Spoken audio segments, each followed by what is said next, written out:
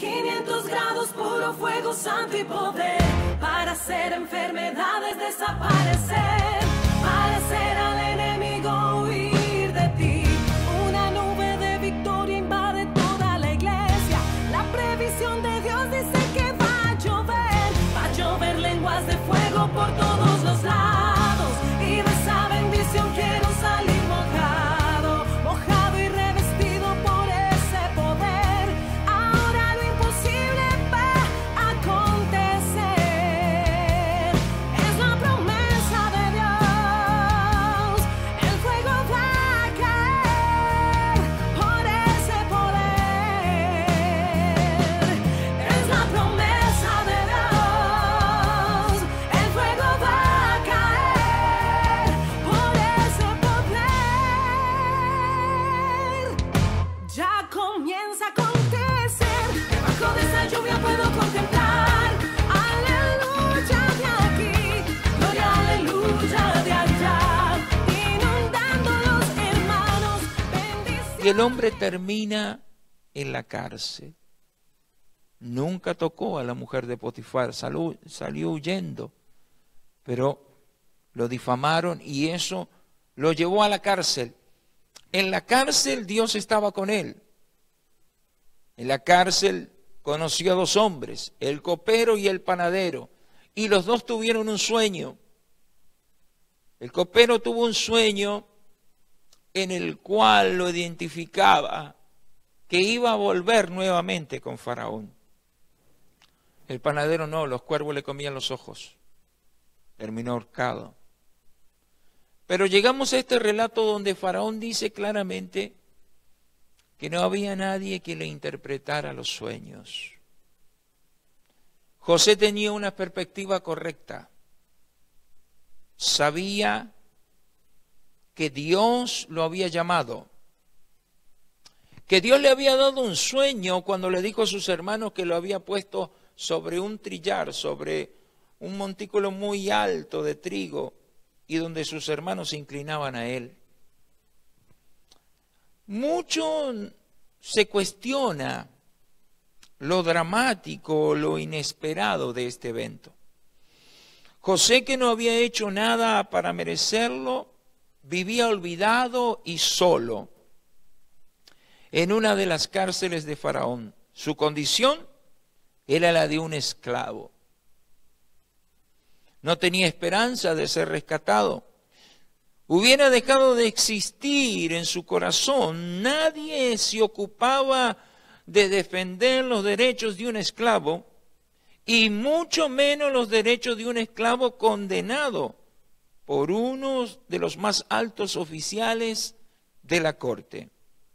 Durante esos años en la cárcel, José había tenido la oportunidad de interpretar los sueños. Ya se lo dije, a dos prisioneros, el panadero, el copero del rey. Y ahora repentinamente se le presentaba al joven hebreo la posibilidad, diga posibilidad, de interpretar el sueño de Faraón. Cuando lo mandaron a llamar, no se rehusó. Fue. Lo presentaron delante de Faraón. Pero siempre él dijo, si Dios quiere dar la revelación, se te interpretará el sueño. Él tenía la perspectiva correcta, es decir, sabía que dependía de Dios. Qué importante, hermano, es entender que nosotros dependemos de Dios. No de lo que sabemos, no de lo que tenemos, no de la sabiduría, no del dinero, no del poder, sino que cada ser humano depende exclusivamente de Dios. Tiende uno a confundirse, quizá porque está joven, quizá porque tiene trabajo, quizá porque tiene papeles, etcétera, etcétera. Uno tiende a confundirse que lo que uno tiene es porque uno se lo ha ganado. sin entender, sin comprender, sin analizar, porque la perspectiva es correcta. Lo que tenemos, hermano, o lo que podamos llegar a tener, es por pura misericordia de aquel que tiene el poder. Amén. Amén.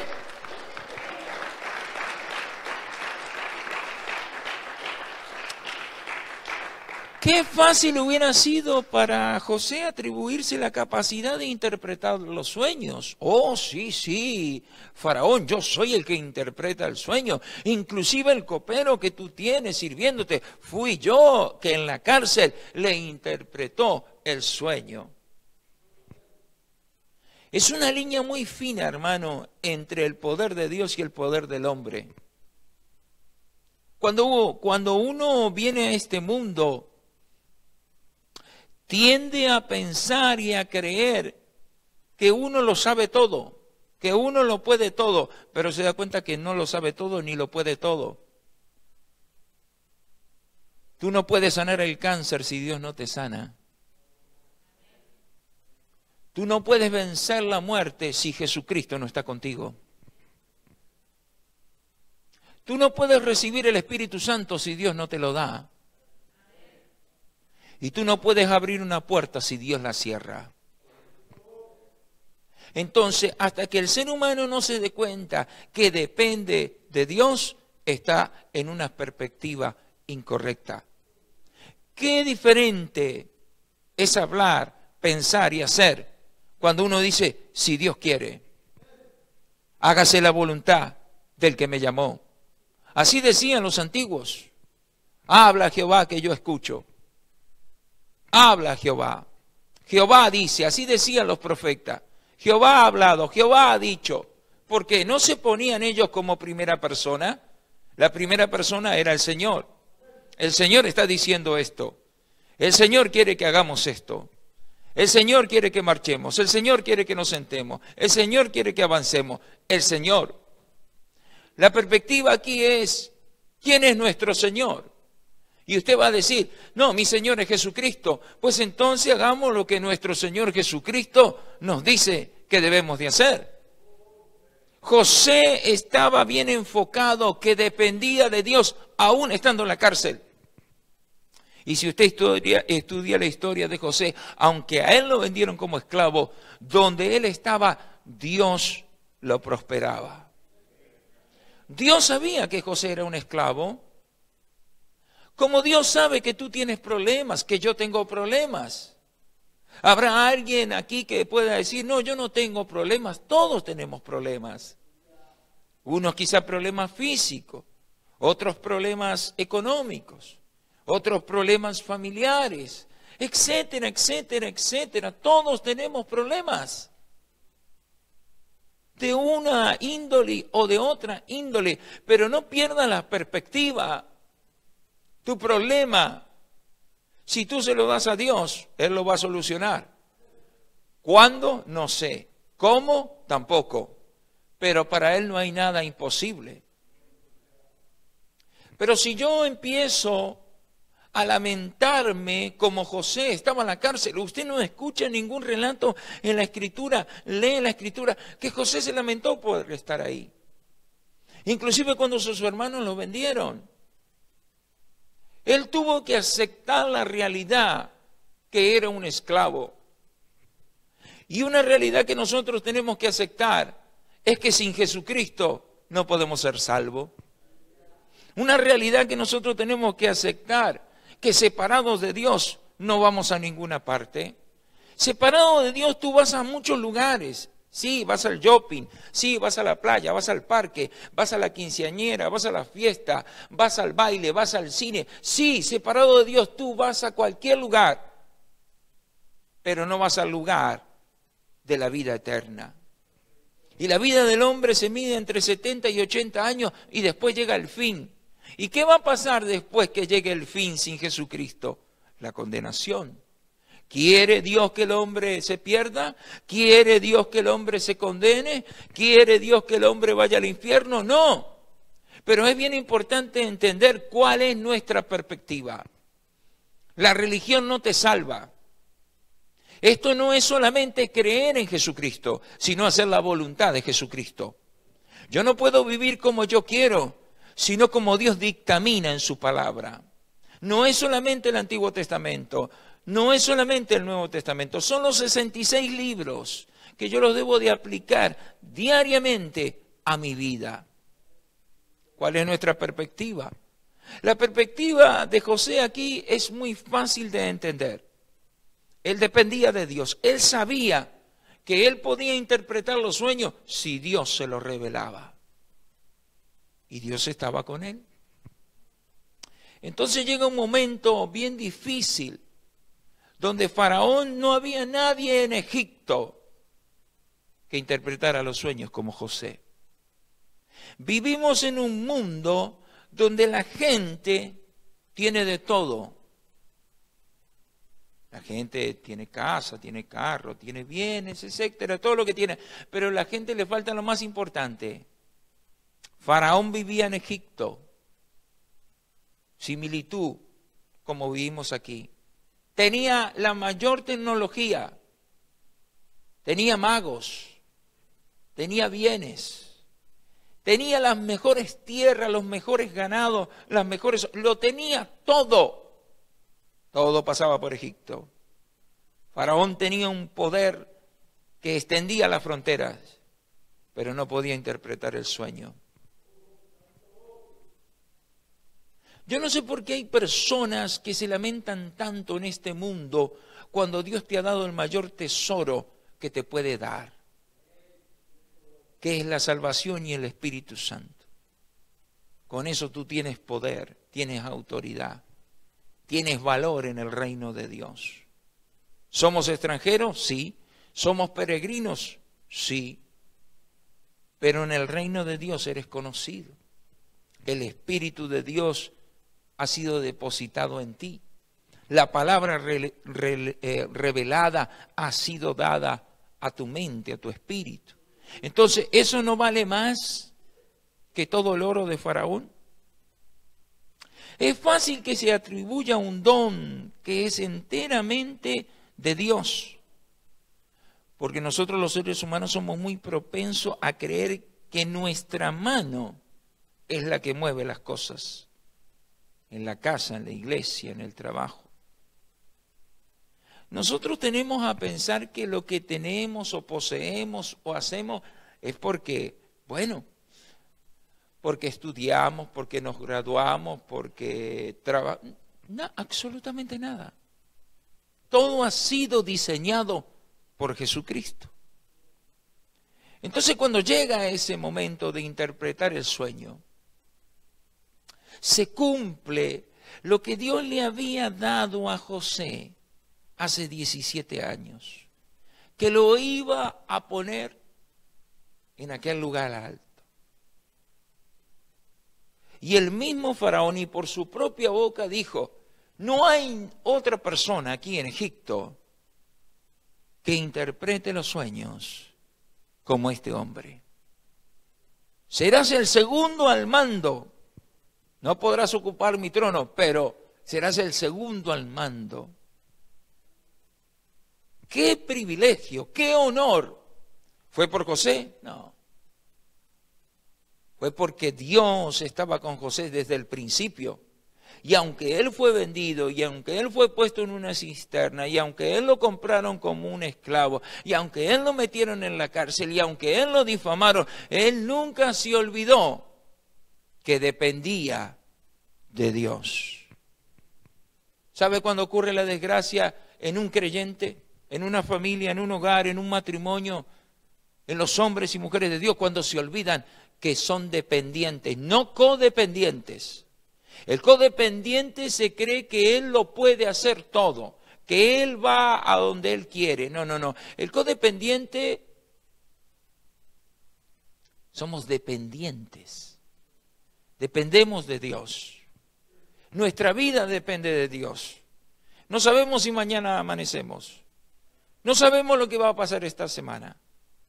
Pero si nosotros dependemos de Dios. José dependía de Dios. Bueno, me vendieron como esclavo. Tengo que aceptarlo.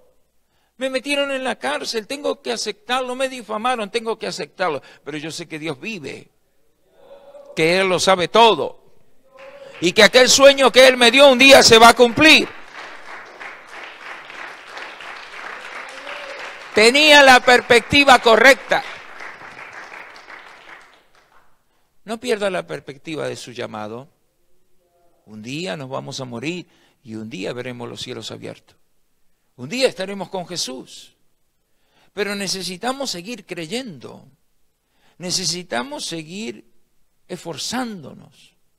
Necesitamos seguir orando. Por eso es bien importante venir a orar. Pareciera que fuera fastidioso, fatiga. Las disciplinas espirituales, y lo voy a volver a repetir, las disciplinas espirituales son fatiga para el cuerpo. Cuesta levantarse en la mañana para venir a orar. Prefiero dormir 1 hora más. Cuesta sacar un fin de semana para ayunar. Es que me empiezan a sonar las tripas, es que me duele la cabeza. Cuestan las disciplinas espirituales. O quedarme el viernes para vigilar. Yo ya me quiero acostar a las 10 porque necesito dormir. Es que empiezo a leer la Biblia y me da sueño. Las disciplinas espirituales son fatigas para el cuerpo.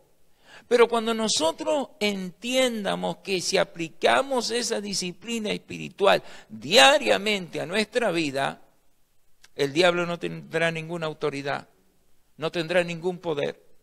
El pecado no dominará ni tu mente ni tu cuerpo, porque te haces fuerte cuando buscas de Dios. Amén. ¿Usted cree que José hubiera sido usado por Dios en la cárcel? ¿Usted cree que José hubiera sido usado por Dios cuando estaba con Potifar? ¿Estaba como un esclavo? Aunque él era un esclavo, aunque él lo habían vendido y lo habían comprado, habían pagado por él. Por eso Jesucristo, cuando vino a este mundo, Él pagó con su cuerpo y con su sangre por nosotros. Y yo le recuerdo en esta noche a usted que nosotros somos pecadores. Y que el que nos libertó de nuestro pecado, el que sanó nuestra llaga, el que bendijo nuestra vida, el que nos tiene aquí, es aquel que fue a la cruz del Calvario hace 2000 años y se llama Rey de Reyes y Señor de Señores, el cual es Jesucristo. No había nadie que pudiera pagar ese precio, pero Él lo pagó. A José lo compraron legítimamente. Legítimamente pagaron por él, pero él nunca se apartó de Dios. ¿Qué importancia tiene no apartarse de Dios? Cuando el hombre y la mujer se apartan de Dios, pierde todos los privilegios y derechos que Dios le ha otorgado. Cuando uno se aparta de Dios, usted se imagina si José hubiera dicho: ay, no, mis hermanos me traicionaron, me vendieron. ¿Dónde está Dios? Dios no existe. No. Dios está en el mismo lugar y Dios existe. Pero era necesario que José pasara por ahí, porque tenía que pasar por la escuela. Por la escuela. No por la escuela secular donde todos pasamos y te enseñan a leer y a escribir y a multiplicar y la primera oración, hola, ala, oso. No. Esa es la escuela secular. Esa es la escuela donde nosotros, gracias y misericordia, hoy podemos leer la Biblia. Podemos escribir, sumar y restar, dividir y multiplicar. Podemos tener un negocio, podemos hacer tantas cosas porque pasamos por la escuela secular. Pero la escuela secular no te ayuda para la salvación. Pero la escuela que marca la Biblia, esa es la que te ayuda para la salvación y para la vida eterna. Y José tuvo que pasar por la escuela.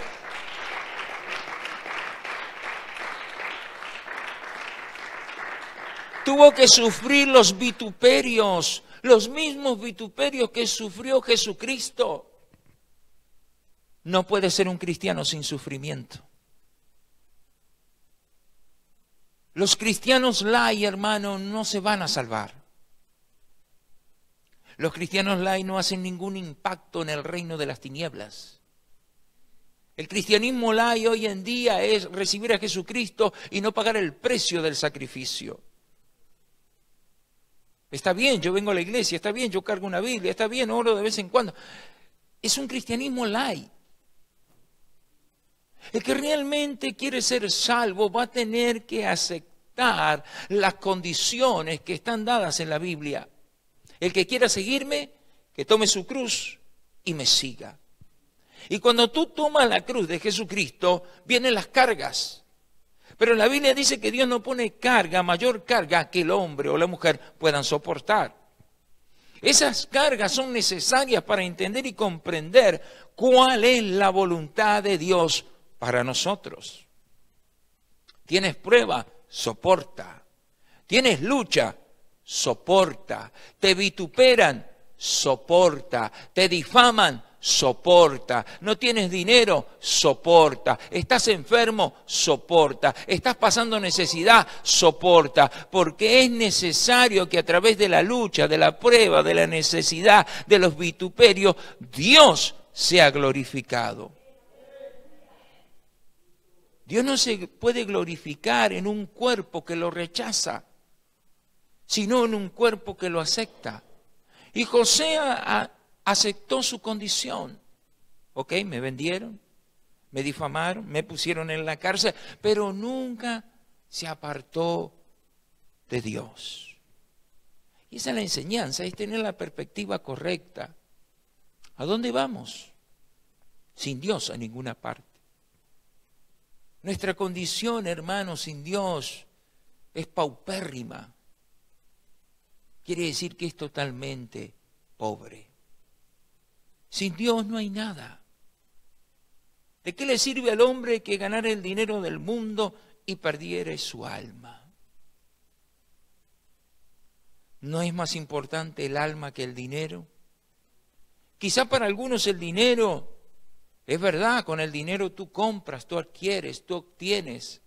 Con el dinero tú logras muchas cosas, pero con el dinero no se compra la salvación. Es imposible, porque la salvación ya ha sido dada. ¿Cuántos dan gloria a Dios?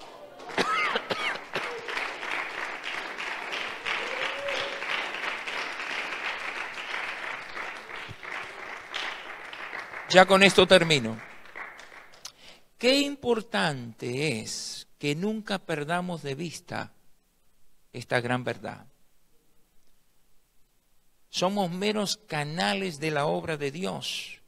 Mientras le recordemos, seremos instrumentos útiles en sus manos. ¿Cómo crece una iglesia? ¿Cómo se evangeliza? Dejando que Cristo viva en tu vida. ¿Cómo tu familia va a venir a los pies del Evangelio? Dejando que Cristo viva en tu vida. No de una manera mental, mecánicamente, sino que el Espíritu more dentro de ti. Cuando el Espíritu Santo mora dentro de ti, entonces tú empiezas a hacer la voluntad del que te llamó. Empiezas a tener carga. Imagínate si tú no tienes carga ni siquiera por orar por tu propia alma. Deja que pasen los días y las semanas y los meses y no oras por tu alma. Si no hay deseo en ti de orar, preocúpate. Si no hay deseo en ti de ayunar, de vigilar, de leer la Biblia, preocúpate. Porque ni siquiera hay carga por tu propia alma. El diablo, hermano, es el padre de la mentira. Y muchos creyentes hoy en día se justifican con esta frase: Dios lo sabe. Sí, Dios sabe. Dios sabe lo que estás haciendo, Dios sabe lo que estás pensando, Dios sabe lo que estás practicando, Dios sabe lo que estás mirando, Dios sabe cómo te estás conduciendo, Dios sabe lo que estás hablando y también sabe que por donde vas no es el camino correcto. Hay que tener la perspectiva correcta. Y la perspectiva correcta es hacer la voluntad del que nos llamó. Yo le pregunto y ya termino, ¿realmente desea ser salvo? hagamos la voluntad de Dios. Hagamos la voluntad de Dios. Nada más. Nada más. José lo hizo. Y Dios lo libertó. Y lo puso como una gran persona en Egipto. Si estás pasando pruebas, luchas, dolores, necesidades, soporta. Ya vendrá el tiempo donde Dios te pondrá ahí. Pero no puedes negar la fe, no puedes apartarte de Dios, no puedes preguntarle a Dios por qué. Yo se lo he dicho, ¿por qué?